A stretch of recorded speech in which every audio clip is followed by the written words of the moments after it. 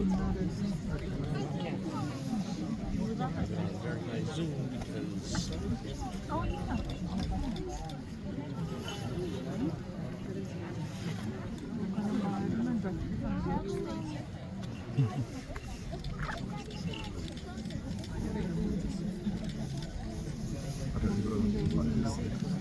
Good afternoon, everybody. good afternoon. Okay, let's introduce ourselves.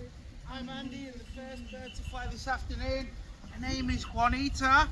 So let me tell you a bit about her. Okay, Juanita's a hawk, everyone. Probably the biggest question I get asked at Dunrobin, Andy, what's the difference between a hawk and a falcon? So we're hoping to show you all that here this afternoon. Hawks do have a completely different physique to the falcons, and they do hunt in a completely different way. So let's have a look at her physique or shape first of all. I'd like you to notice when she's flying, Juanita does have a very broad wing, quite wide from the front edge to the back edge. Now, she's also got very rounded edges towards her wings. Juanita, wait, Juanita, Juanita. I did see a duck over in the garden earlier.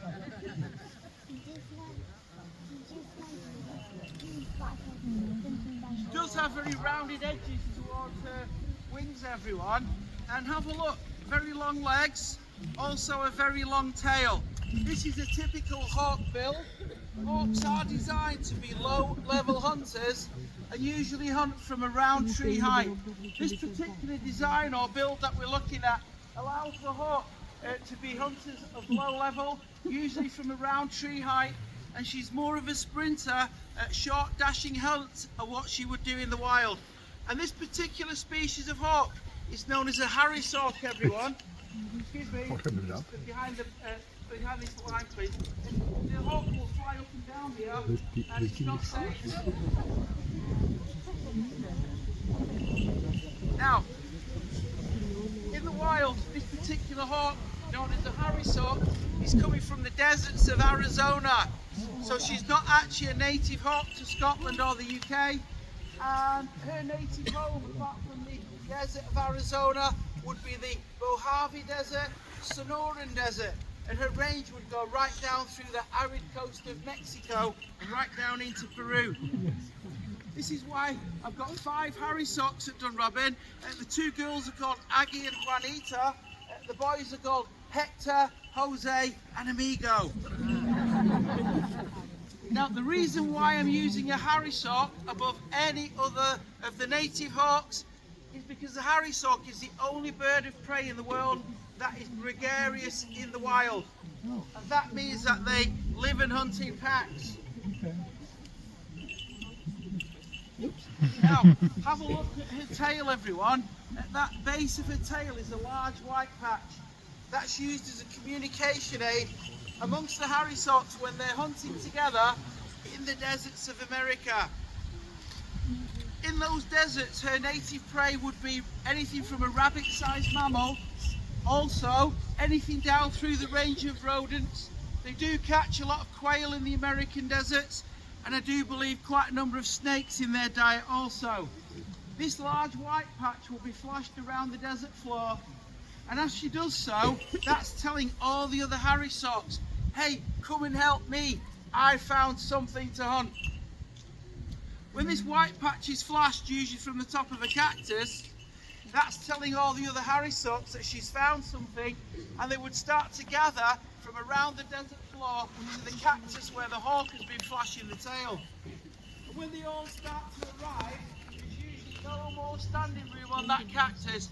With these long legs, the hawk will normally, that arriving later to the hunt, drop to the desert floor, and with these long legs run around in the scrub of the desert, hoping to flush out the game for all the Harris hawks above.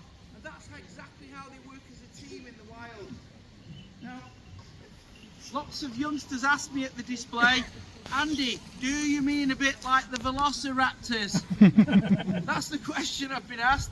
And after thinking about it, let's face it, everyone, anything that lays an egg today is a direct descendant of a dinosaur. These meat-eating predators flying and cleverly working as a team, who knows, we could be looking at the last remnants of those velociraptors.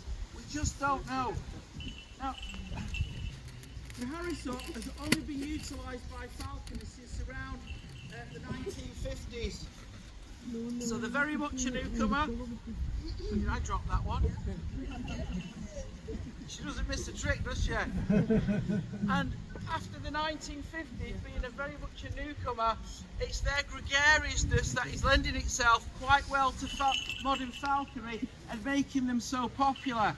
And it means you can, for the first time, fly more than one hawk at one time. And by using harrisocks as an example, some of my friends in the north of England are coming together, utilising their harrisocks to hunt the non-native grey squirrel. They're actually helping one farmer to help clear the wood of grey squirrels, which is non-native here in the UK, and they're hoping once they do clear that wood that they can manage to bring English nature in and reintroduce the red squirrel. Just one example, but Juanita here is capable of catching me a full-grown rabbit and also a full-grown cock pheasant. So this is also why they're so popular. And I'm hoping to show you in this demonstration that they work from around tree height, and she can fly from about 0 to 45 miles per hour very, very quickly. Now I'm not sure if you're aware, everyone, but rabbits in the UK can run at around the speed of 35 miles per hour. So the hawk does have the slight advantage when we're going through the woods there, and we also utilise a dog to find the game, and I do all the flushing, the hawk does all the catching. So we do have a demonstration of how we would do that set up for you here this afternoon. And at the T-perch there, where Juanita's just been, there's a tube. In that tube is a pretend rabbit, everyone. And there's a young man in the audience who's agreed to help me with my demonstration of hunting this afternoon. His name is Caleb. So Caleb, come and join me. That'd be me. Nope. No. Will you hold this? No, that's not you. Caleb, that's not you. It's not Caleb. Hey. Sorry. I already worked it out in a bench. The hawk has now gone to the tree in the hope that we're going to flush some game. Caleb is about to attempt to run down Dunrobin lawn at 35 miles per hour. In the hope to show you all exactly how we catch one in the winter time. Caleb, on your mark.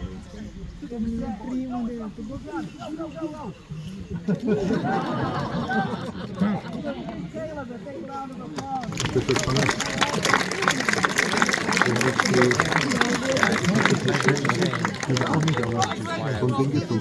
Yes, right.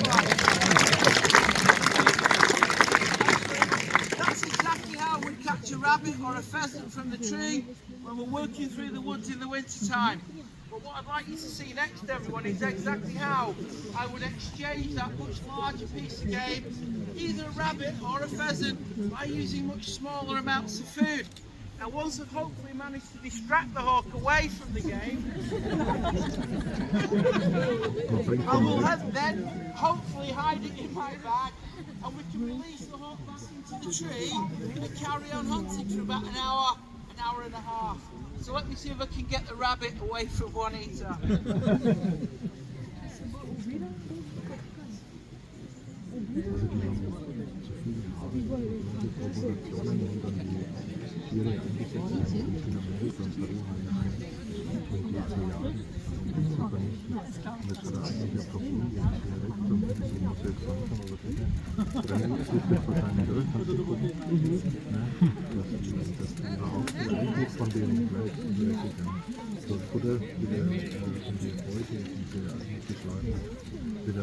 Never steal food away from a hawk, you will be in big trouble. But by hiding it quickly and offering her smaller amounts of food in exchange, once hidden, she'll forget all about it quite quickly. I want to hide it back in the tube. Sometimes in the winter, Juanita does look at me as if to say, hang on a minute, Dad, didn't we just catch a big fat juicy rabbit? I said, I do believe that one got away, Juanita, look, it's gone. But look, the dog has another one ready to flush for you. And by using a trained dog, a hawk like Juanita and a human being, those three predators coming together can catch large amounts of game in very short periods of time. It would be nothing for Juanita and myself and the dog to go out for an hour or so through those woods and quite easily be returning home with 3 or 4 rabbits, a couple of duck and a pheasant. How important would that be to our ancestors in all those years gone by before the invention of the gun? And I'd like you to be aware that the first writings of falconry were around the 4th century. Nobody knows exactly where it started, but it was discovered in Chinese, and from there it travelled down the silk routes and the trade routes to become very popular throughout medieval Europe. In fact, I'd like to believe it was the hawk, probably more than the falcon, that made falconry most popular, because from the 11th century forward, I know by reading the history books, any working class man with a good knowledge of falconry was allowed by the owner of the land to trap and train a wild hawk from the woods, which would have been a native goshawk, for the purpose of gathering game for his family. They were never allowed to have falcons, and only the royalty, nobility and hierarchy were keeping those for themselves. But if any working class man with 3 or 4 children had a good knowledge of falconry, knew how to trap himself a hawk from the woods like the ones behind, and usually at the end of summertime, and taking usually between 6 and 8 weeks at the longest, your trapped hawk should be tame enough with you like Juanita to work with yourself and the dog. And for only an hour a day throughout the winter, you could be going out there with your hawk and returning home with quite easily a couple of rabbits, maybe a duck and a pheasant. How important would that be to a working class family in days gone by? And this is why it became so popular. Now, it was our ancestors that discovered by watching the eagles, hawks and falcons, they have a special storage area for food, and that is called a crop. This bump here, just below Juanita's beak, but on top of her chest, is where she's storing all those small pieces of meat that I've been giving her. And during the winter, I will encourage her to follow me through the wood with those. And each time she catches game, I'll be exchanging it for the smaller pieces. But usually after about an hour and a half of hunting, and we've usually got a full game bag, at some point I'll flush another pheasant with the dog, and as Juanita's in the tree, she'll usually watch it fly away and look back at me as if to say, why don't you catch that one, Dad? I know then it's a good time to bring the hawk in, finish the day's hunting and let's go home, be happy with what we've caught. Well, this is the way our ancestors would have gathered the game. But by the way, I'd like you all to be aware, owls do not have crops. So this is why owls were never utilised by our ancestors as hunting birds. Their food goes directly to their tummies, and they can only be used for only a snippet amount of time. But by having an open window of an hour and a half, you can see quite easily how easy it is to gather large amounts of game. Now the next bird we have to fly for you here at Dunrobin, in complete contrast to the hawk, is going to be a falcon. And I'm sure you've all heard of the peregrine falcon, have you? Yeah. Excellent. Does anybody in the audience, maybe some of the children usually know, the top speed of a peregrine falcon? 100. That's very good. Okay, I'm not quite sure in kilometres, but I know it in miles per hour. I think Caleb is quite close actually, but I only know it from the internet, which you can all take a look at. Please have a do look at it. It's called Frightful the Falcon. Now, Frightful is a domestic bred falcon. Her owner is a pilot as well as a falconer, and with all the specialist timing equipment, Frightful was timed in the stoop and the dive from the sky at the top speed of 242 miles per hour. Not only does that make the peregrine falcon the fastest of all birds of prey, it is official, everyone, the fastest creature to have ever lived on planet Earth. So give us a moment, we'll get the peregrine falcon ready for you next. This is a peregrine falcon, everyone. Did anybody think they might be bigger than this? If you did, I would agree with you all. Females are much bigger in all birds of prey. Juanita's bigger than the other male harrisocks down there. And this is Robin, a male peregrine falcon. He's actually from the Fijian Islands.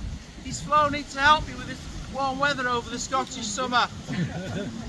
Now he's a lot smaller than a European or Scottish peregrine. He's about 500 grams, and a female Scottish peregrine would be over a kilogram.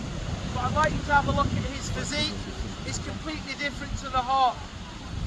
Falcons do have very long, pointy wings compared to the hawks. In relation to body size, the falcon has a much shorter tail and also much shorter legs than the hawk also. And the reason why I'm telling you about all the physical differences, I'd like you to be aware, falcons hunt in a completely different way to the hawks. Falcons are masters of the sky, and they will not consider themselves in a good hunting position until he's at least 500 or 600 feet. And from there, they're predominantly avian bird catchers only. His favourite of foods in the wild is pigeon, by the way. And when he's hunting, he will use his whole body like a missile. As he falls from the sky at high speed, there'll be no flapping of wings. The two short stumpy legs tucked under the plumage for streamliners. The falcon will be using only his tail, just like a ship's rudder, to guide himself towards the bird below. And as he's encroaching that bird, he can be going at speeds of around 200 miles per hour plus. At that very last moment, out from under the undercarriage come the two short stumpy legs, both fists clenched like a boxer. As he flashes by that bird at high speed, the falcon is delivering a very accurate, high impact blow with the back of his clenched fist to the other bird's head. When I'm hunting in the winter time and we manage to flush game birds underneath the falcon, as he falls from the sky, if he gets a direct hit, I normally hear a loud whack, and as the game bird falls stone dead into the heather and the falcon lands on it, this is when I get to pick it up, and I usually see that the skull of the game bird is completely crushed. So taking out the central nervous system in one quick, accurate blow is the trait of how a falcon hunts. Okay, I'm hoping you get the idea. The next biggest question before we get Robin in the air is, Andy, why is Robin wearing a leather crash helmet?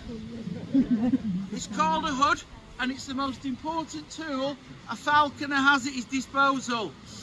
It was devised by our ancestors well before those writings in Chinese. I'd like you to know there was a bas-relief tile found in Syria depicting a falcon wearing a leather hood, and it was carbon dated back to more than 2,000 years ago. Our ancestors knew then how important it is to keep the hawks and falcons nice and calm before you go hunting, and they travelled from the villages to the hunting ground via horseback. Now this enabled them to do so, the hood, but even though today I go in a modern vehicle, I'd like you to know Robin does not understand things such as modern glass.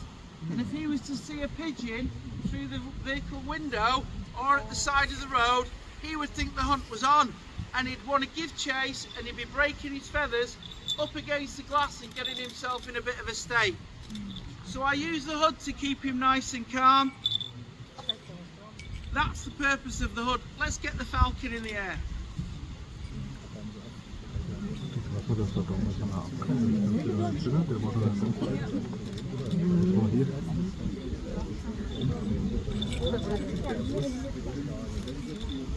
Now I'm using small pieces of meat in my bag today, and I'm hoping for the falcon to catch them as I throw them up, and we talk about peregrine falcons. I'm not sure if you're aware, but the word peregrine, everyone, does actually mean wanderer, and the peregrine falcon has conquered planet Earth like no other bird of prey. There's a subspecies of peregrine on every single continent, except Antarctica. Now these small pieces in my bag today, I'll be throwing over the audience to try and get the falcon to come right over the top of you, giving you the experience of being close to a peregrine falcon. But everyone, I have to let you know that if Robin comes directly over the top of you, it's probably not a good idea to do this.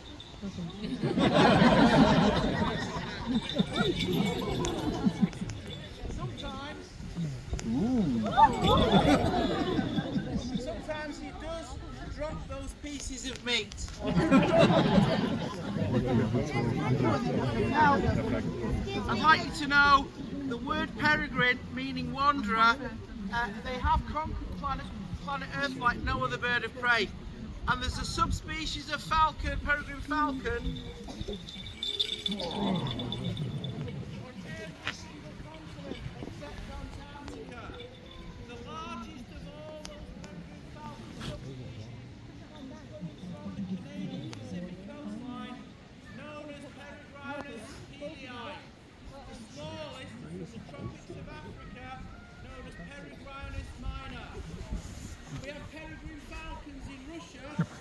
subspecies known as Peregrinus cordus.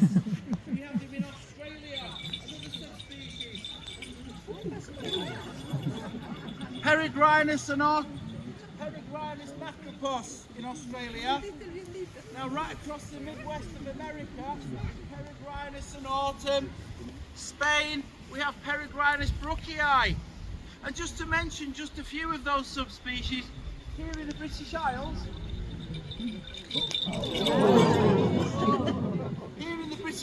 everyone, and thanks to our very own Charles Darwin, we have the subspecies Peregrinus peregrinus. Now lots of people ask me at the displays, Andy, why do we have peregrine falcons living in our city? Also there's a webcam, and I'd like you to know why.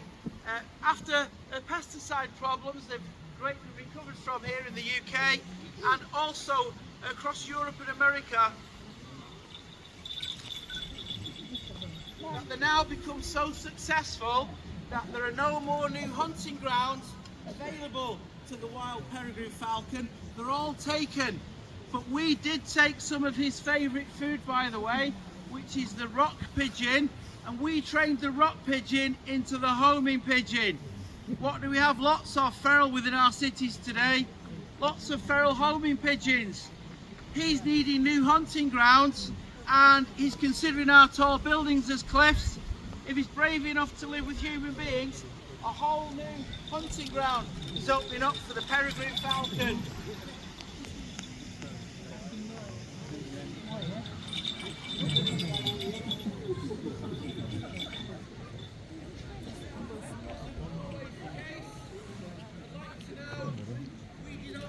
About the demise of this lovely apex predator by using pesticides such as DDT.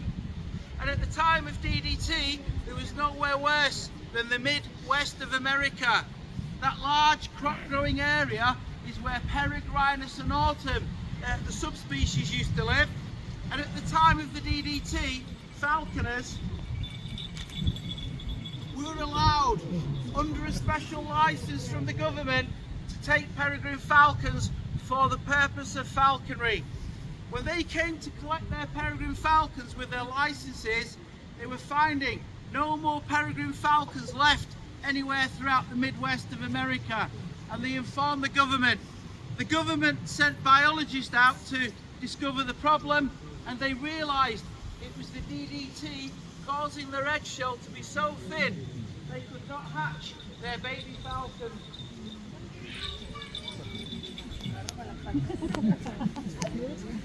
In only 1 decade from the DDT being used, it had completely made Peregrinus autumn disappear from the Midwest of America. And it was also announced that, unfortunately, by the government, Peregrinus autumn that lived across the Midwest was due to become extinct, and that nothing could be done about the problem.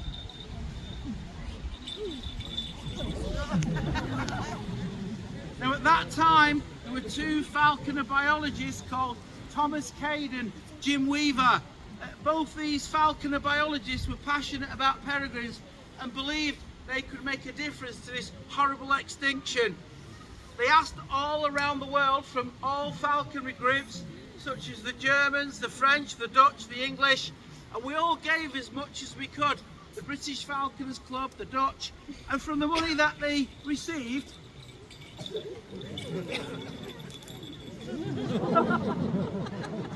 love this job. The money that they received, everyone, they formed a large breeding facility at Cornell University, upstate New York, and they studied the turkey industry to learn all about artificial insemination. They set about the task for the first time in history of breeding peregrine falcons in domestic aviaries, so they could release them back into the wild, hopefully after the DDT problem. Now I'd like you all to know that Thomas Cade and Jim Weaver and the team of biologist falconers at Cornell, they were successful. And they did manage to start breeding peregrine falcons in domestic aviaries for the first time in history. All those baby falcons born at Cornell were then taken to known cliff sites throughout the Americas where peregrines used to live.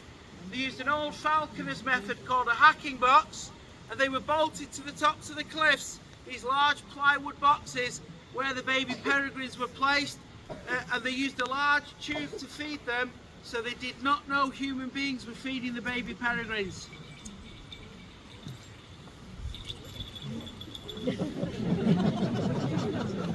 The youngsters very quickly learn to survey their environment, and with the food provided, they learn to start self-hunting for themselves and distributing themselves throughout the Americas.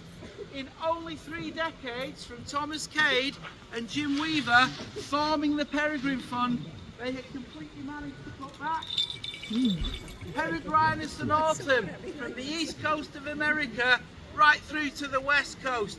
And still to this day, everybody, it's still known as the most successful of all wildlife reintroductions that has ever taken place. I do believe Thomas Cade and Jim Weaver deserve a little bit of a pat on the back for that one. Now, I'd like you all to know a little bit about the hunting that we do with the falcon.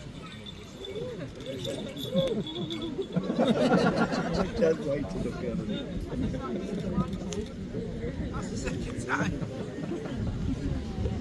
Now, the only reason why I took the job here at Dunrobin is I'm allowed to go hunting in the winter time with these lovely hawks and falcons, and in the summertime all that the Earl of Sutherland, who owns that castle, asked of me, he said, Andrew, when our guests arrive and it's not hunting season and the castle's open, would you please explain the difference between what a hunting hawk is and does and what a hunting falcon is and does? So after going through the woods in the morning with the hawks, as we come home, the falcons have been left to relax on their perches and also take a bath. They're then loaded into the vehicle in the afternoons wearing their special leather hoods, and we travel to the open moorland behind the back of the castle, and we also take along our favourite of hunting dogs, the English pointer. When we arrive at the moor, the falcons are taken from the vehicle and placed on a special wooden frame called a cadge, and a cadge is rectangular in shape but also with short legs. I can load up to 4 hunting falcons on the front of the cadge and 4 hunting falcons on the back. I can then step inside, and around my waist with 2 short braces, I can quite easily walk the moor with up to 8 hooded falcons. I then release the dog, and the dog starts to work into the heather but also into the wind to try and find game birds for the falcon to hunt. And he has a very special nose that's very sensitive to smell.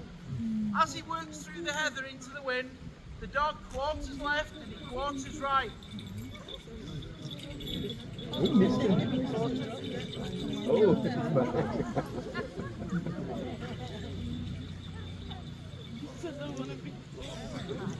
Once the dog manages to find game in the heather, he goes on what we call a very special point.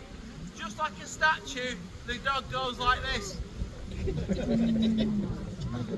And he will stay like that for up to an hour or more.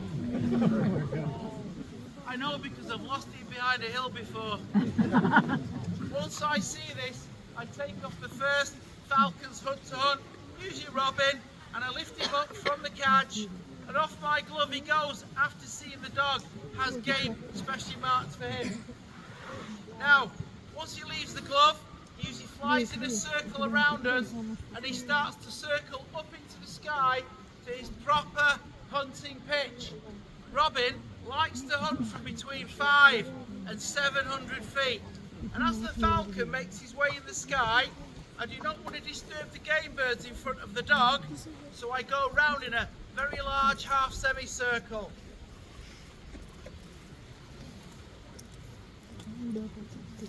As I come round the moor and watch the falcon getting higher and higher and higher in the sky, I'm hoping to walk right round to be about 300 yards in front of the dog now without disturbing the game. With the wind coming from my back but going towards that dog's nose, the game birds should be somewhere in the middle. I then wait for the falcon to give me the signal of when to flush the game, because in this game it's the falcon who's the boss and the human being on the floor is just the servant. When he's ready, he will stop flapping his wings and gaining height in the sky. He will then fix his wing like a glider, and as he fixes his wing, it's called sealing his pitch. He's now telling me, the servant on the floor, flush my game for me now, falconer, I'm ready. Once I see this signal, I start moving towards the dog on his command, and somewhere in the middle should be the red grouse. Now they live in groups we call coveys of between 6 and 12. I do not know where they are, but as I get very close to them, all of a sudden they burst out the heather and I shout to the boss, "Hi!" This means on the moor, your dinner is served, sir.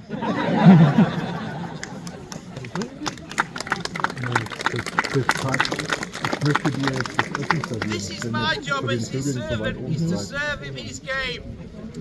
So, once I've done so, the grouse are very quickly speeding down the moor, usually at 95 miles per hour, and with a wind speed they can be going over 100.